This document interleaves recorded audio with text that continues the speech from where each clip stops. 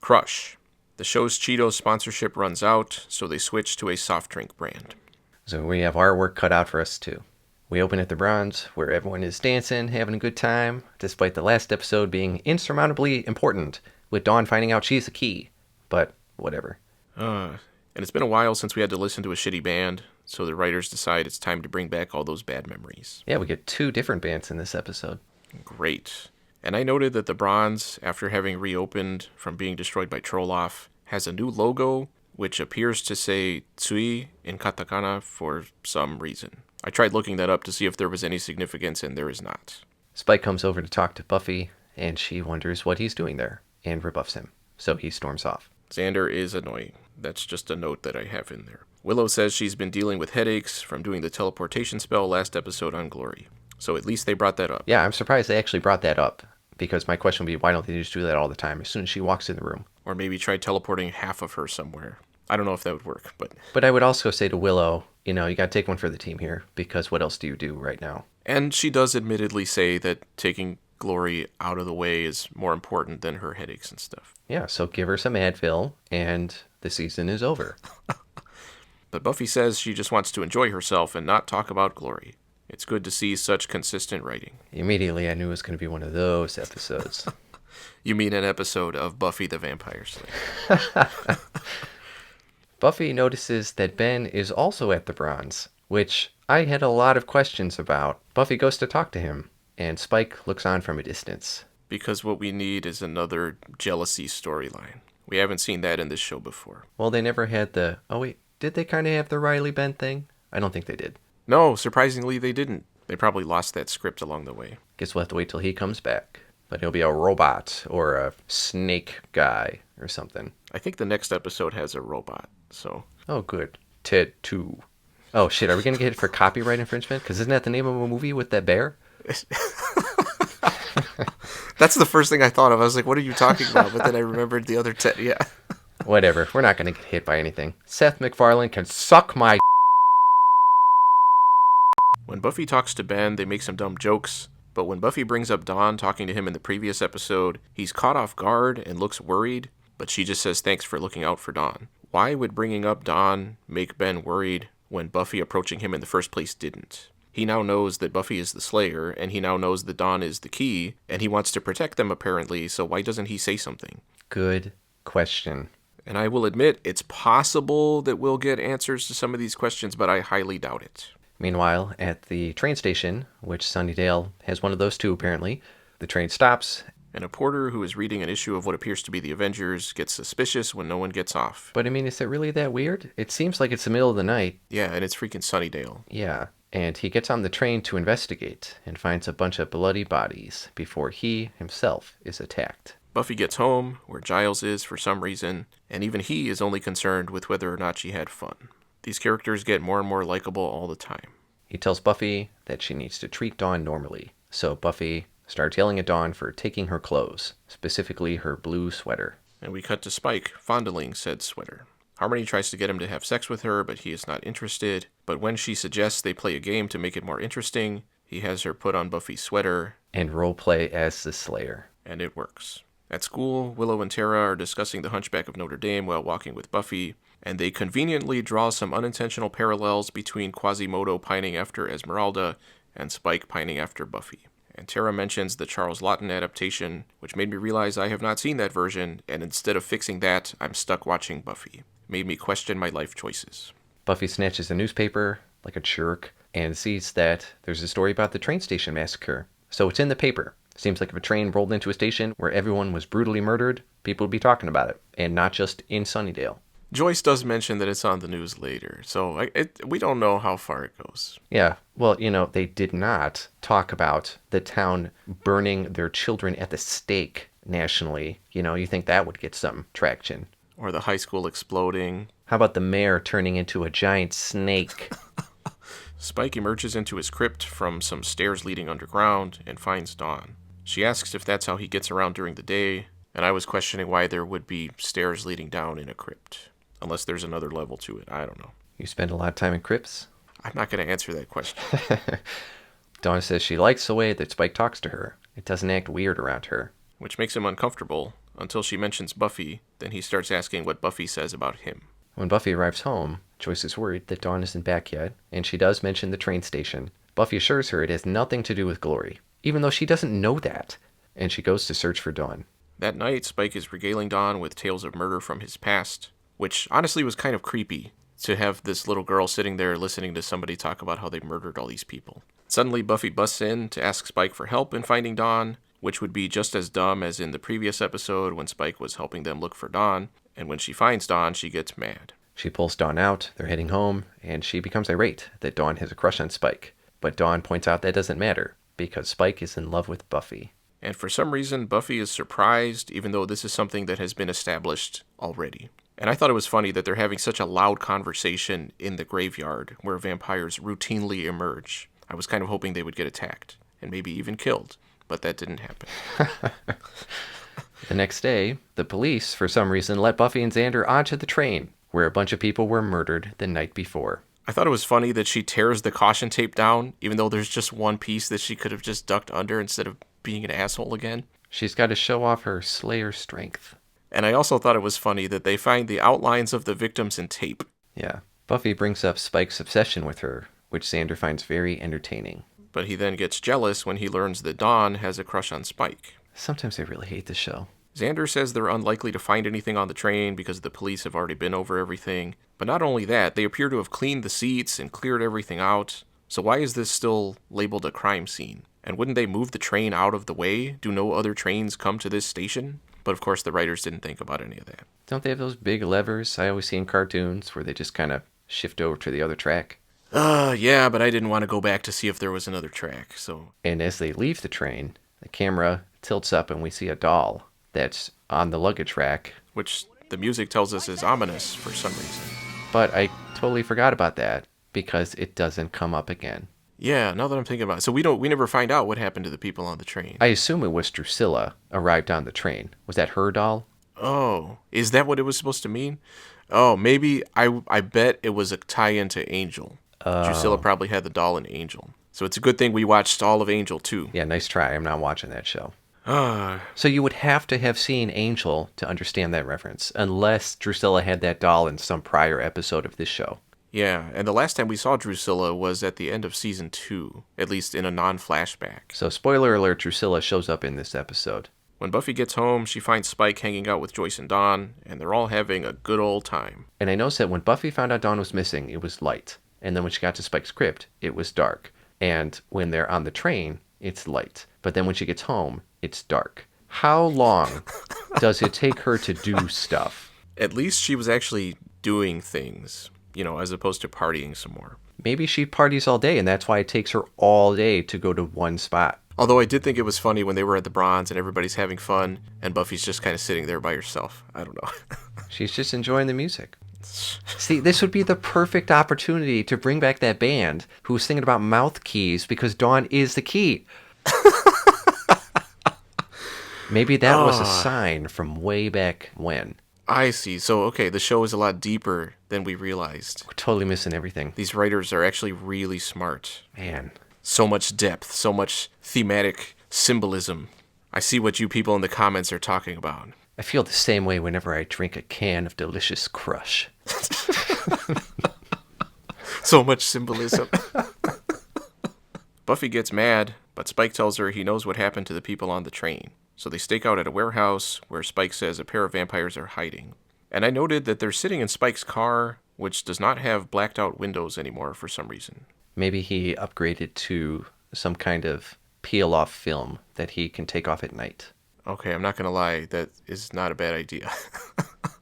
Okay, and Buffy is creeped out and jittery over hanging out with Spike. Because she now knows that he is obsessed with her. And apparently didn't know that in all the previous episodes where it's been a subplot. And her drama radar is so finely tuned based on everything else she's done in the show. They see two vampires arrive and follow them in. and they find them making popcorn and looking through CDs, which I actually thought was really funny. When they realize Buffy's a Slayer, they run away. And Spike asks if they should chase them, but Buffy lets them go because she's Buffy. And she quickly figures out that the two vampires had nothing to do with the train murders. She says it's because they've clearly been hanging out there for a while, and whatever killed the people just got into town, which was a huge assumption based on very little evidence. Maybe these vampires had taken the train out of town to get those rare CDs and specialty popcorn, and then killed the people on the way back in. Maybe they just said, hey, I'm bored. Do you want to go to the train station and kill everyone who comes in tonight? Yeah, they could have been waiting there for them. And Buffy gets pissed, saying Spike wasted her time. And she connects all the dots of the evening and asks if Spike thinks they're on a date. He admits his feelings and says there would be nothing wrong with the relationship between them. And when she says he's a vampire, he points out that Angel was a vampire. And he tries to win her over and convince her that he's serious, but she shuts him down and leaves. So he slinks back to his crypt and finds Drusilla, who came in on the train. And apparently that doll was hers, and she murdered everybody. And we just realized this. Yeah, this show is really well put together. Yeah, but see, people are going to turn it on us and say, you guys are so dumb. Yeah, because I'm wondering if I should have picked up on that, but I was tired when I was watching this episode and just trying to get it over with. I was bored when I was watching this episode and trying to get it over with. That too. Why do you even watch the show if you don't like it? I watch it because it helps me go to sleep. Drusilla tells Spike that Darla is alive again for some reason, and Angel has reverted to Angelus for some reason, and she wants to bring Spike back so they can be a family again. And I don't care what they say, I'm not watching Angel. Correct. Drusilla says Spike won't leave Sunnydale because of his chip, and she doesn't believe in science. She knows nothing could stop Spike from following his heart and his true self. So apparently her new occupation in Angel is a life coach. Maybe I should watch that. Harmony arrives and gets pissed, thinking Spike dressed up some girl for a threesome, and she refers to Drusilla as Drusilla, which I thought was funny because you always call her Drusilla. Yeah, is it an S or a Z? It's an S. It's an S. Yeah, whatever. I mean, I know you're still going to get her name wrong in the future, so it's okay. I probably got it wrong in this recording. Spike informs her that it is Drusilla and kicks Harmony out. At the Summers house, Buffy tells Joyce and Willow about her conversation at night with Spike, and they ask if Buffy was clear that a relationship could not happen between the two of them, and that she should probably go talk to Spike again. They say they're worried about what Spike might do, but Buffy assures them that he can't hurt them, which, again, there are obvious ways around the chip. And the whole conversation felt like a conversation between some dumb teenage girls, which I thought was really funny, but it wasn't supposed to be. I don't think. Maybe it was. I don't know. I don't think so. And for some reason, Buffy says she's not sure if the message came across, but I thought she was pretty clear. When Buffy's getting ready to leave and go yell at Spike, I didn't realize that Willow was a giant. I guess she inherited that from her mom. At the Bronze, Spike and Drusilla, see I said it right, are dancing, and they see some people to go feed on. Drusilla breaks their necks and leaves one for Spike to drink from, and he hesitates but finally goes ahead and does so. Buffy gets to Spike's crypt and finds it empty, so she opens up the secret chamber and finds Spike's shrine to her, which was very romantic. Totally changes her mind, and she realizes they can have a relationship. When she comes back out, she finds Spike waiting and gets zapped with a cattle prod by Drusilla, who tells Buffy that Spike has been feeding again. And I wouldn't think a cattle prod would be enough to take Buffy down, but it does. I guess Giles needs to keep sticking her with one of those until she builds up an immunity, and then they can move on to Klingon pain sticks. And unexpectedly, Spike also zaps Drusilla. My next note is gasp, what a turn of events. When Buffy wakes up, she and Drusilla are both chained up. Somebody's going to say that Drusilla was roped up. Oh my god. I had to go back and change my notes, because that's also what I had. I get the characters' names wrong sometimes, and I don't change it.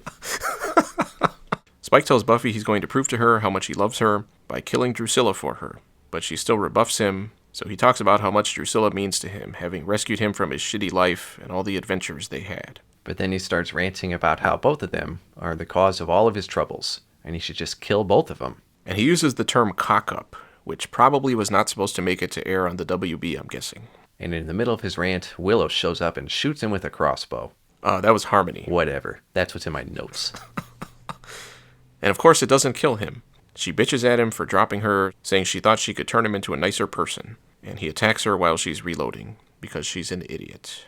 while Buffy and Drusilla also try to escape, and Drusilla manages to remove her bonds and starts beating Buffy up.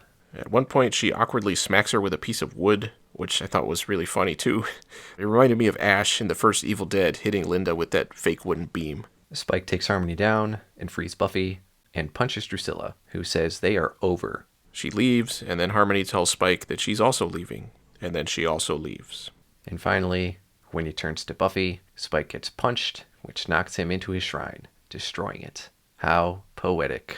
And then Buffy leaves. Spike gets up and runs after her, saying they might have had a fight, but it doesn't change anything. But Buffy disagrees and tells him she doesn't want to see him again. And when he tries to follow her inside the house, turns out she has revoked his invitation.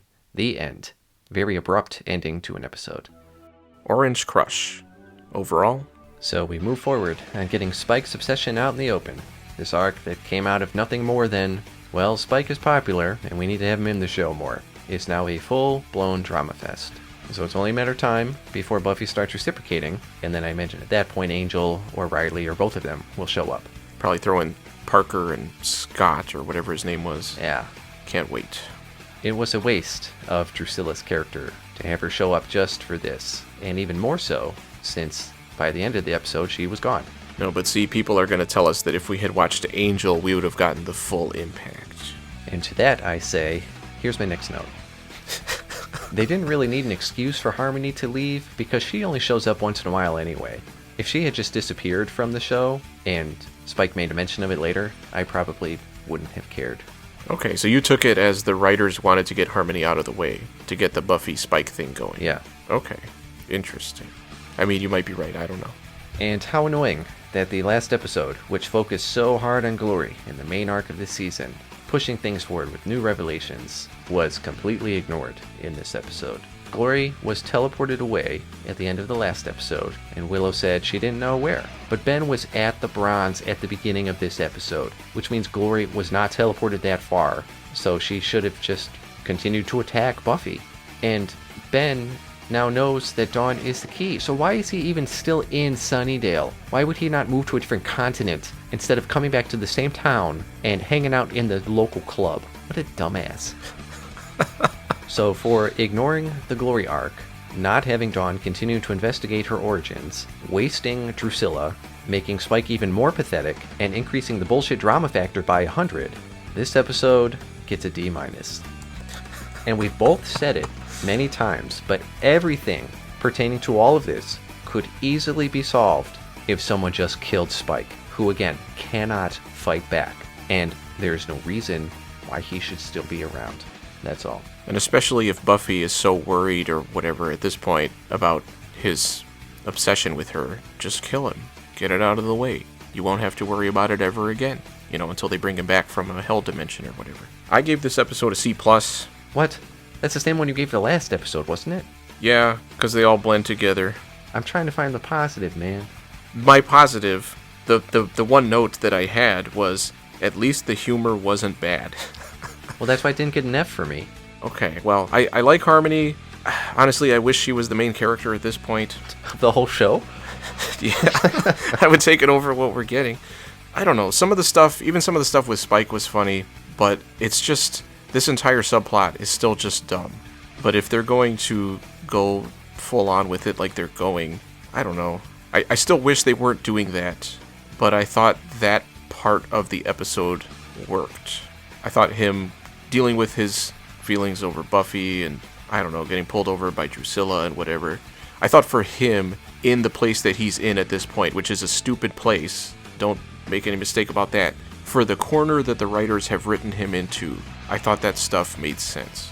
And I don't have a problem, in theory, with the writers wanting to do episodes that don't focus entirely on Glory, but they need to find a way to make that work without having the characters come off as just stupid and irresponsible. Having them partying again or whatever. And saying out loud, I don't want to talk about Glory for a while.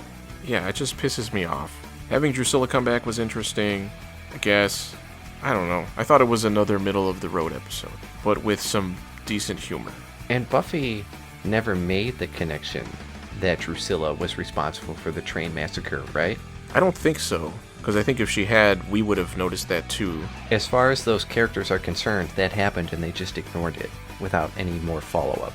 Yeah. Because they investigated, didn't find anything, and then didn't mention it to anyone else that they thought it was Drusilla. Yeah, all they had to have happen was have them find the doll, and then Buffy say, hey, and then stick in a shot from a previous episode with Drusilla playing with the doll or something. Again, I don't think the doll has actually shown up in this show, but they could have just said, hey, she had a doll before. I don't know. My big problem was Buffy apparently not knowing that Spike was obsessed with her or whatever. She even says that she knew there was something, but she's super surprised and caught off guard multiple times in this episode. It's so dumb. And how many times has she left her house or whatever and just found Spike just lurking around saying, what are you doing here? And he's like, what? I'm just hanging out outside your house.